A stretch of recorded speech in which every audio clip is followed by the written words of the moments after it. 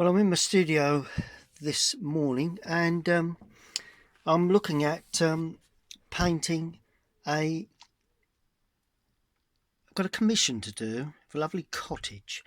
So first thing I do when I'm just working for a photograph, I'm not going on site because it is a top secret present apparently. So I just thought I'd show you. I've got all I use for sketching when I'm going outdoors, just sketching or working in my studio. I can take this away quite easily. It's an old computer laptop case, and in the top here I've got some couple of mixing trays, pencils, and a little tin I put some water in. So that's always useful. And then inside here I then have a Pink Pig. That's an English company, hence the pink pigs at the front there, where I've got all my sketches and varying things that I've done. If I can open that up, that's one. I've done some sketches for varying things, yes, one or two little things there, something coming up very shortly in the goodness of time. Oh yes, a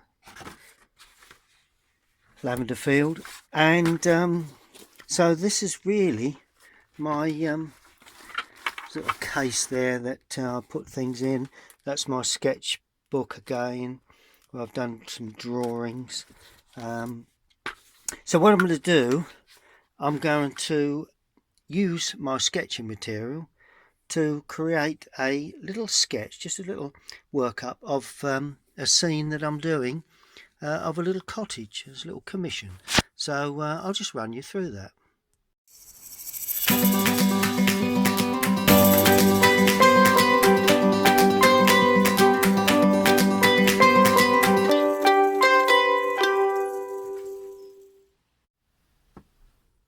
I thought I'd just show you, got another nice little holder there that I've got the sketch pad that I'm working on from now on.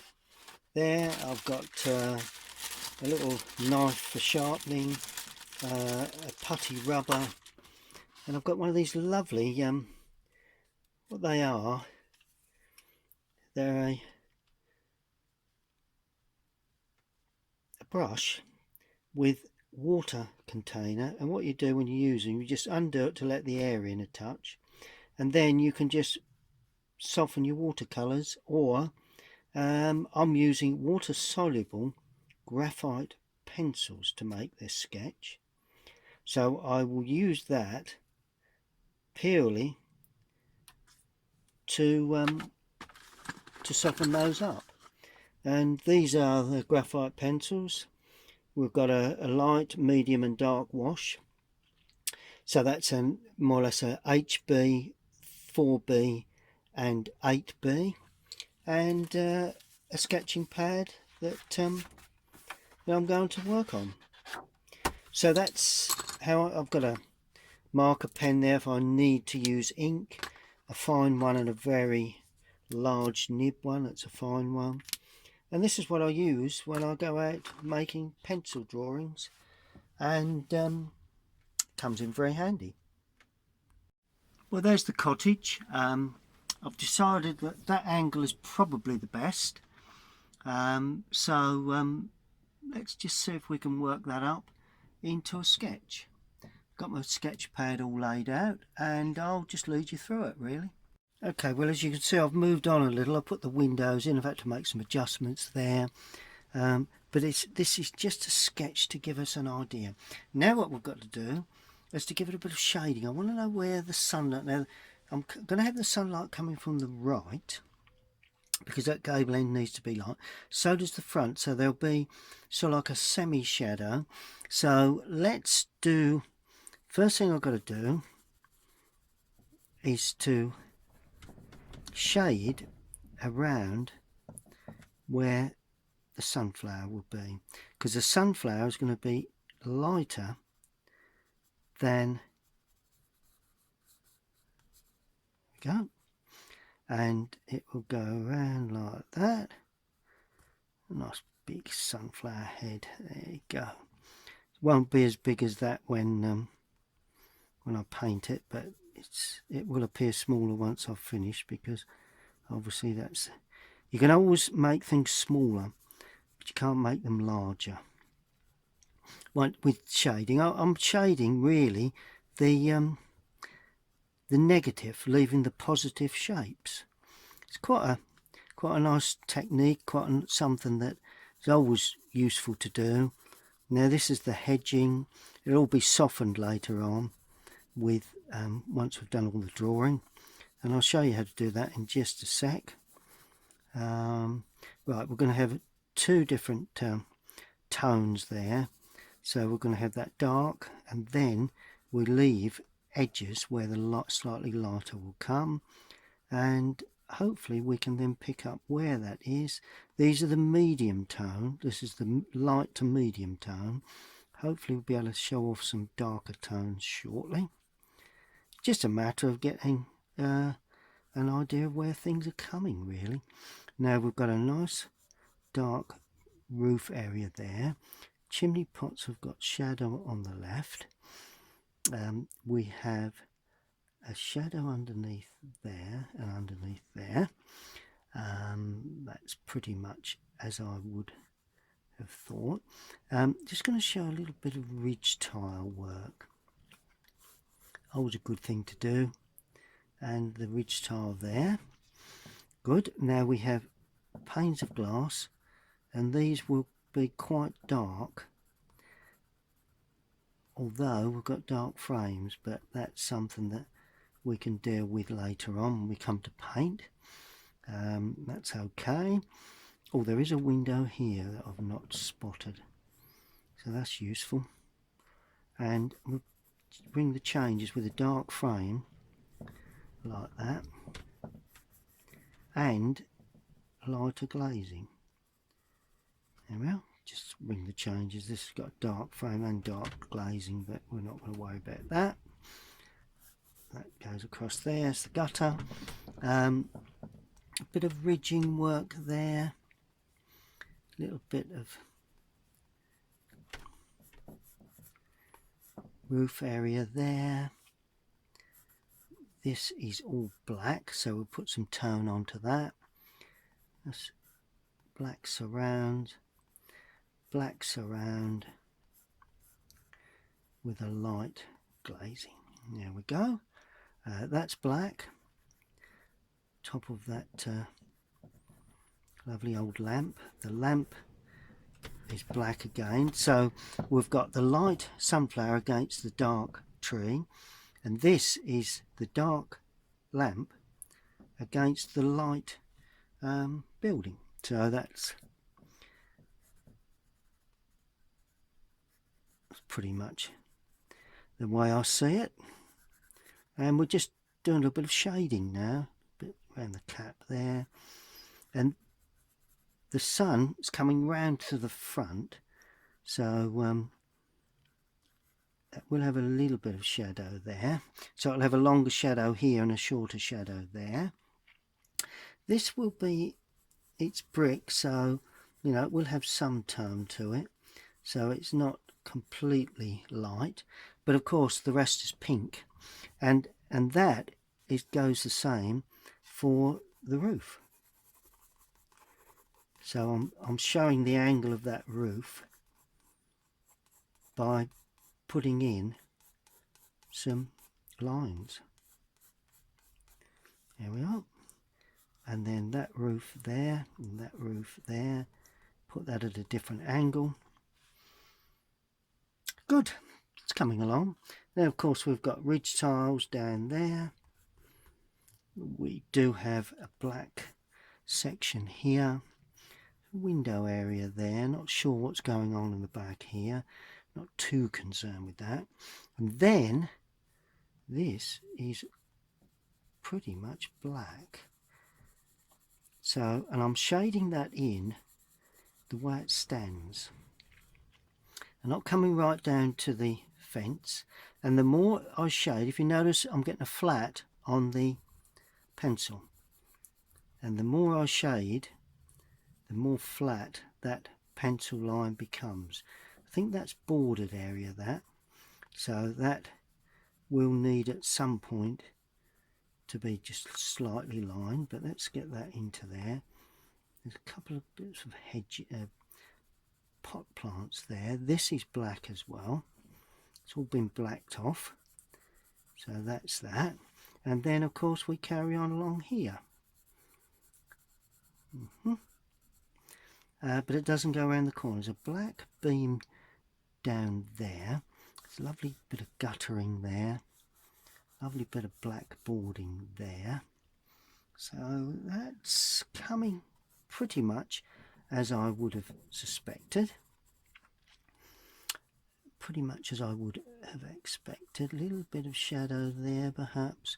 Now this is where shadow will form under the eave there.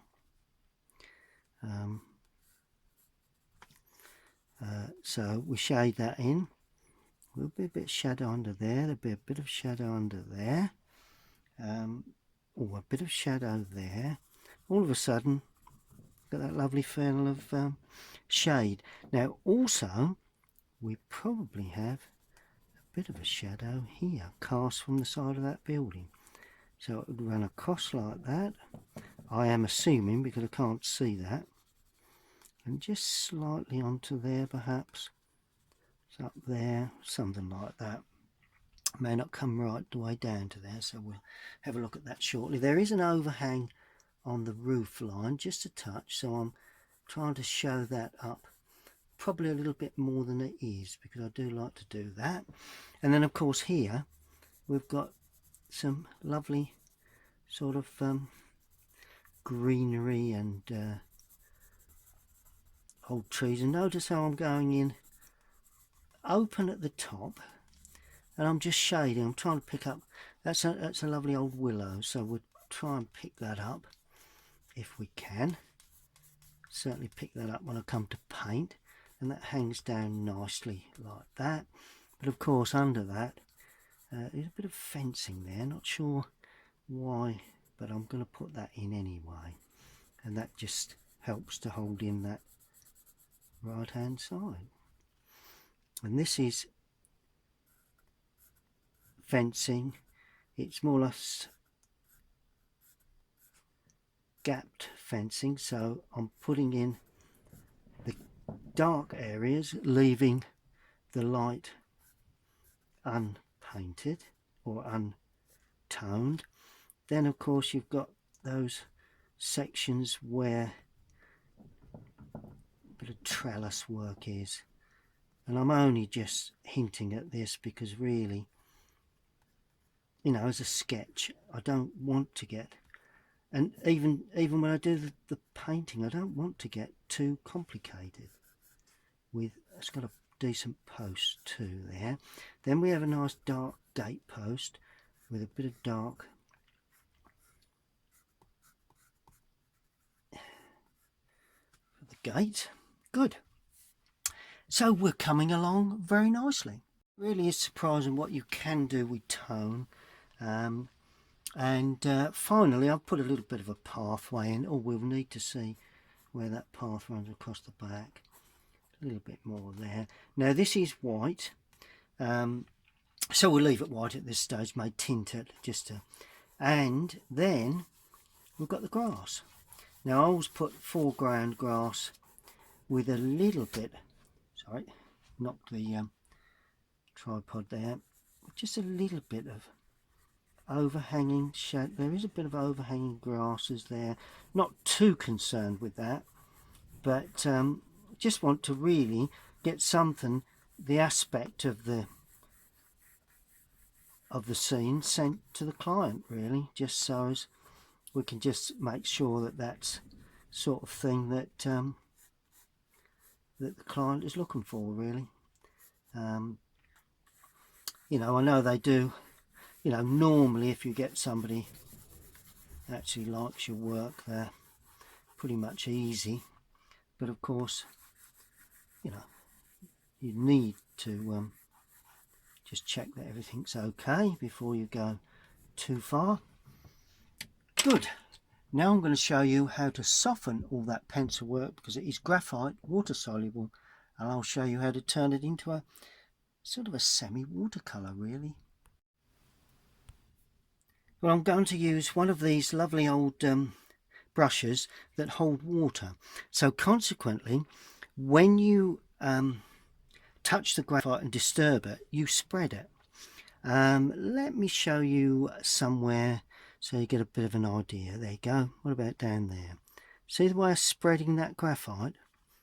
So where you've done it very strong, you get a dark edge, a little bit along the top there, and then where you get it just there, and a little bit stays on the brush quite often. You can then spread that. It's a lovely way, I think, of producing a soft sort of feel to your drawings. So they are water soluble graphite pencils. Let's rub a little bit down there just to, because that is brick. And see the way they soften. Now they look quite dark, but it will dry up a little bit lighter, but it gives a lovely soft sort of feel. And that there is the shadow. Now I'm actually coming to there like that. I'm going to leave that because I don't believe that that should be in shadow. Then of course there's the shadow that runs under the eave there, and you can bring that a little bit further and that'll spread. Look at that. This is all dark, and we just use the point of the brush to shape up potentially the leafing from, and just giving a quick little glimpse of that, not going too we'll do more when we come to paint. This is a sketch really, just to give us an idea of where we're going really when we come to paint, and to check that that's what we're looking for. And of course as that goes up, you can then use, you picked up a little bit of graphite, and then that you can then create all sorts of lovely shapes within that area. And it will be a little bit darker. Mustn't play too much with this, otherwise it once you've gone over, then it's best if you can to leave it as it is. Now windows, well, nice to just take around the surround and the center. Surround is dark, should have really made the centers lighter. It would have looked better like these. Got the shadow coming down from the overhang, maybe a bit of shadow there. Then you go round windows like that and just down the window like that. Oh, we've got to show a bit of indication there around the windows. It's just a matter of softening the whole thing really. Now this is slightly on the sunlit side, right, so that goes like that. This is a little darker, and that door is dark too, which I've not actually put in, so I'll just give it a bit of a hint that it is dark. And then try and go the way that the building stands, because it will help an awful lot with the final outcome. We've got a window there, half that left hand side of that lovely old lamp will be slightly like that. We do have one or two things going on here, but overall I think you'll agree that gives me an idea of where I'm going. Just strengthen this up a little. Nice to have a little bit of dark where the there we are. So I think that gives me a little idea of where I'm going when I come to put that post in, put that that. And as it goes out of picture, that's that lovely old willow there. Let's just add a little more. It comes into a darker area there for some reason, not quite sure why, but not really worried. And we'll darken that just to finish that outside edge. There we are. And that more or less does it for that. Fencing, make certain that's slightly darker. Oh, and this is dark too. So let's, not sure what goes on behind there, as I say. There's a window, I think, but let's not get too bogged down. We don't like to get bogged down with detail. We need expression of artistic expression. That's the thing that makes these sort of subjects come to life. Once you start silly detail, then unfortunately you end up getting more an impression of more of a photographic impression. I was saying, you know, if someone likes the photograph, then by all means please have it framed. But if you're looking for an artist's impression, then that's where a watercolourist comes in. And there we're just going to spread this graphite across the bottom so we can see it's grass, but it is, bring a bit more water into the brush, just shake it to bring more water in. Just gives a nice bit of depth there, and of course soften some of these because there's a bit of planting and what have you going on there, so might as well show that. And that is my little sketch of this lovely old cottage that eventually I'm going to turn into a watercolour. So that's the cottage, lovely pink cottage, quite looking forward to this. And that is the pencil sketch, and of course it needs signing, as they all do. And I'm just going to go, where am I going to go? There.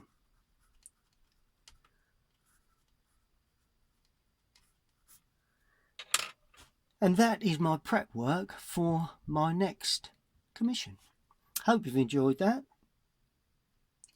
Stay tuned to my YouTube channel